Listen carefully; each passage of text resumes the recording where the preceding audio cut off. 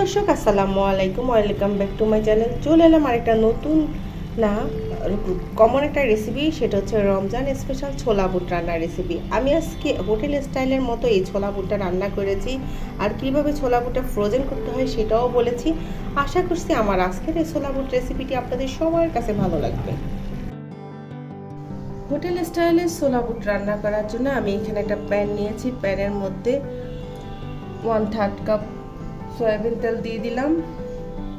দিয়ে দিচ্ছি 3টে শুকনো মরিচ, 2টো বড় এলাচ আর পেঁয়াজ কুচি।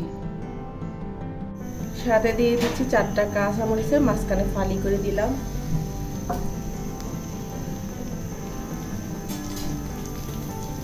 তো এখন আমি পেঁয়াজটা একটু ভাজা ভাজা করে নিব তেলের মধ্যে।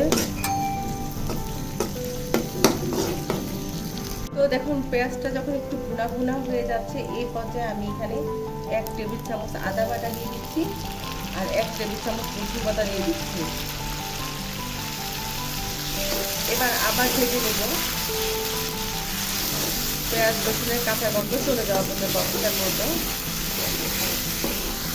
তো পেঁয়াজ রসুনের কাঁচা গন্ধটা চলে যাওয়ার পরে আমি এখানে একটা আলুকে ছোট ছোট পিস করে কেটে নিয়েছি আর একটা টমেটোকে টুকরো করে নিয়েছি, সেটা দিয়ে দিলাম। আলু টমেটোটা মিশিয়ে নিব। এরপর আমি কিছু গুঁড়া মশলা দিয়ে দিচ্ছি। প্রথমে দিচ্ছি হলুদের গুঁড়ো দিয়ে দিচ্ছি 1/2 চামচের মতো।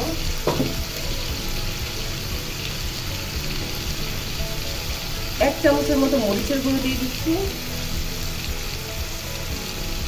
ভাজা জিরের গুঁড়ো 1 চামচের মতো দিয়ে দিচ্ছি।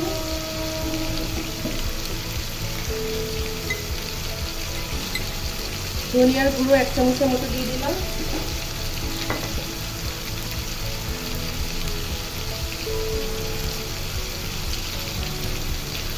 গরম মশলা 1/2 চামচের মতো দিয়ে দিলাম।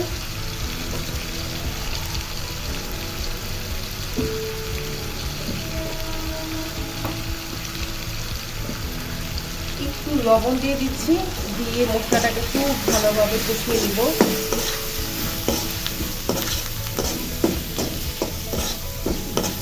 প্রথমে তেলের সাথে 2 মিনিট আমি মশলাটা কষিয়ে নিচ্ছি।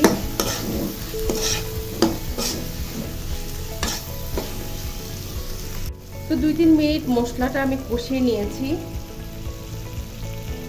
এই পর্যায়ে আমি বুট দিয়ে দিচ্ছি। আমি এখানে 1/2 কেজি ছোলা বুট নিয়েছি।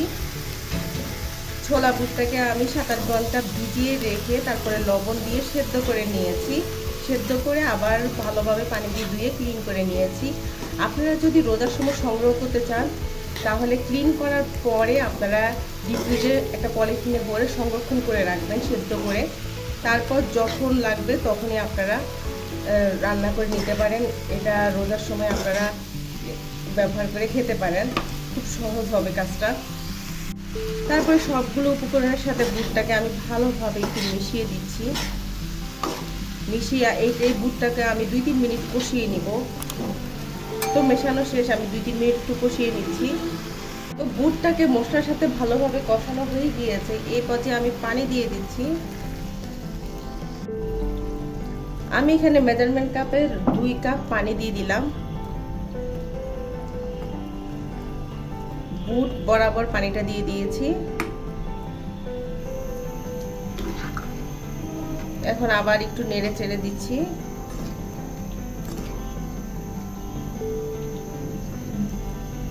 দিয়ে এখন আমি ঢাকনা দিয়ে দিব। তো ঢাকনা দিয়ে দিচ্ছি। ছোলা বুটটা পুরোপুরি রান্না হওয়া পর্যন্ত অপেক্ষা করব। তো কিছুক্ষণ রান্না করার পরে এখন আমি ঢাকনাটা উঠিয়ে নিচ্ছি। ছোলা বুটের পানিটা পুরোপুরি শুকিয়ে গিয়েছে, ভুনা ভুনা হয়ে গিয়েছে। তো আমি অফ ক্যামেরা কিন্তু বারবার নেড়ে চেড়ে দিয়েছি। চুলার আঁচটা মিডিয়ামে রেখে আমি ঢাকনা দিয়ে পানিটা শুকিয়ে নিয়েছি। ছোলা বুটটা রান্না হয়ে গিয়েছে। এই পর্যায়ে আমি 1/2 চামচের মতো ভাজা জিরের গুঁড়ো দিয়ে দিব। শেষ পর্যায়ে ভাজা জিরের গুঁড়ো দিলে খেতে অনেক টেস্ট লাগে, অনেক সুন্দর একটা ফ্লেভার আসে।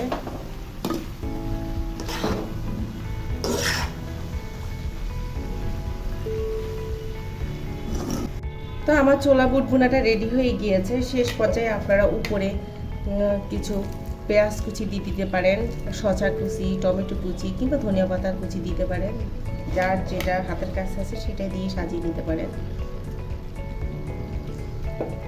তো আমার আজকের এই ছোলা বুটের রেসিপিটি আপনাদের কাছে কেমন লেগেছে, ভালো লাগলে অবশ্যই একটা লাইক দিবেন আর আমার চ্যানেলটিকে সাবস্ক্রাইব করবেন। আজ তাহলে এই পর্যন্ত, সবাই ভালো থাকবেন, আল্লাহ হাফেজ।